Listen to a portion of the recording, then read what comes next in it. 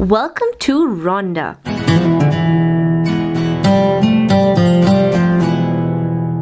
A stunning whitewashed town in the province of Malaga, surrounded by lush river valleys and sitting above a deep ravine. It is a place that literally takes your breath away. In this video, I'm going to show you what not to miss when you're taking a weekend trip to Ronda, Spain, including what to see, eat and do, as well as where to stay.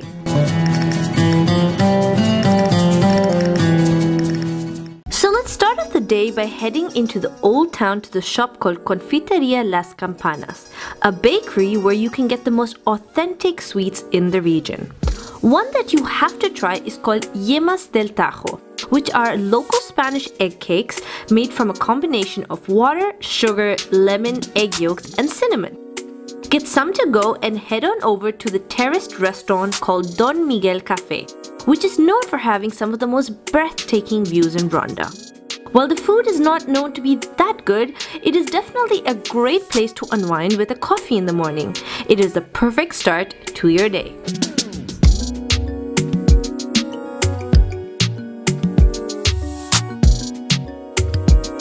So to start off our tour of Ronda, let's head to its most symbolic spot, Plaza de los Toros, Spain's oldest and most revered bullring, which has a fascinating museum of bullfighting memorabilia.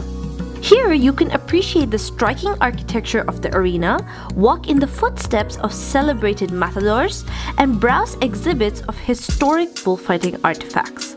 If you visit in early September, you can also experience live bullfights. They're part of the annual Feria Goyesca de Pedro Romero, which also include horse-drawn carriages and costume parades through Ronda streets.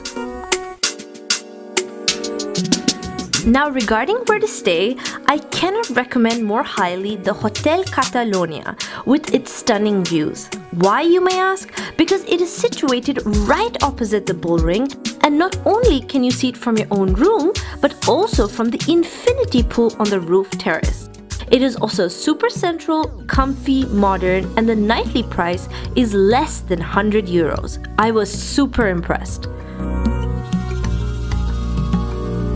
Alright, so after checking out the Plaza de los Toros, which we had mentioned, head on over to the Puente Nuevo, one of the most spectacular bridges in all of Spain, which really has a Game of Thrones vibe to it. Head to your right to the viewpoint called Mirador de los Viajeros Románticos and soak in the sublime sight that has drawn and inspired generations of artists and writers, such as Orson Welles and Ernest Hemingway. One of my favorite finds was the group of ceramic tiles on the walls of the Congress Palace, which include the thoughts and phrases written by some of the romantic travelers that have visited in the past and felt moved to demonstrate their impressions of Ronda. On the side of the bridge, you can spot the Jardin de Juenca, a small garden literally hanging over the canyon. It is laid out as a series of small terraces, climbing up into the center and towards the main bridge, and planted with palm trees and colorful flowers. It is a nice place to stop by either in the morning or during the evening sunset. Continuing our walk into the city, you will notice the Palacio de Congresos y Exposiciones, which only costs €1 to enter. It was built on Arabic foundations after the fall of Ronda in 1485. And has since then been rebuilt over the centuries in Mudéjar, Gothic and Renaissance styles.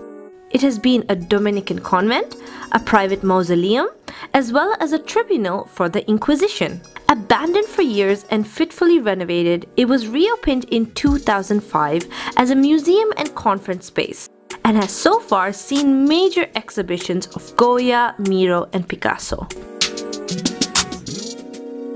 Right around the corner, you will find Museo Lara, which unfortunately was closed while I visited.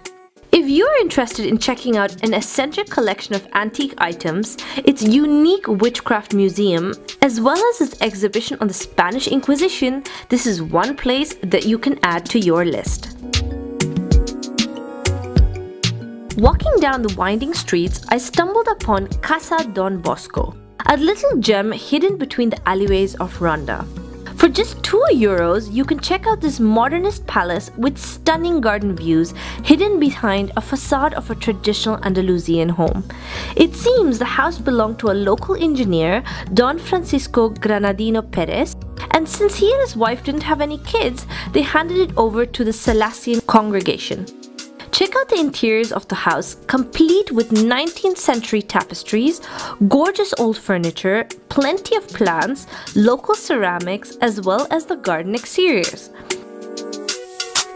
Just a 2-minute walk away, I came across a little wooden door which had been slightly opened. Out of curiosity, I stepped inside and to my surprise, found myself in the Palacio de Montdragon. I'm still not sure whether I was actually allowed in, but there was literally no one around to ask. It was once the palace of the Moorish ruler Abel Malek, the son of the King of Morocco. The palace is quite small, but much detail remains. In the mudéjar ceilings, some original tiling, and the balconied inner courtyards. People say that Abel Malek presided over what was, at least in the Moorish eyes, Ronda's golden age. Yet in spite of its splendor, his rule was over in a blink of an eye. He crossed the straits at the behest of his father around 1330, scored a resounding success in the Battle of Gibraltar in 1333, and died 5 years later while fighting the forces of Alfonso XI close to Jerez de la Frontera. After all this walking around, I decided to stop by a small cafeteria with outdoor seating called Café Montdragon to order myself something super local and authentic called berenjenas fritas con miel, which translated into English is deep fried eggplants with honey. Travel for me is not just about exploring places, but also stepping out of your comfort zone and trying out new foods. It was a great decision because it was so tasty. Highly recommend it. After eating, I walked around the area, checking out the Iglesia de Santa María la Mayor, the Santuario de María Auxiliadora, the Plaza Poeta, and also stopped by some artisanal shops to check out what local crafts were on display. One thing that really drew me to Ronda was how cozy and intimate the whole city felt. The locals were also so humble, down to earth, and friendly. Now, if you're not too tired and prefer to continue on exploring, you can head back into the city by taking a different route, which also covers most of the other important sites. Head over to Calle Goleta and turn right down the steep steps, where at the end you will find yourself facing the city walls, which you can climb up for some stunning views across the landscapes. Don't forget to take your camera out and take some nice snaps of the whitewashed town as well. Keep walking along the Murallas de Ronda and you get to the Puerta de la Sijara, which is once the access doors to the city of Ronda in the Arab era. It is a pleasant walk steeped in history and has lots of charm. Don't forget to head also to the Baños Árabes, Ronda's Arab baths. The baths are similar to the design perfected by the Romans, except that steam was used to sweat out pollutants from the body rather than soaking in hot water as the Romans used. The Moors of Spain would also stop to purify and cleanse their bodies here before entering the mosque next door to purify their souls. It is a stunning place you can't miss out on before heading back to walk to the 2 other bridges of Ronda. Puente Viejo, the old bridge, as well as the Puente Árabe, the Arabic bridge. Once you have walked through the gardens and reached the city, one place a local recommended me was Bodega La Vida, a local wine cellar and restaurant called The Truth. It is open all day long, and when you step inside, you will feel like you've been transported back into the 50s. The nostalgic furnishings and the traditional cuisine make a visit to the bodega a real experience.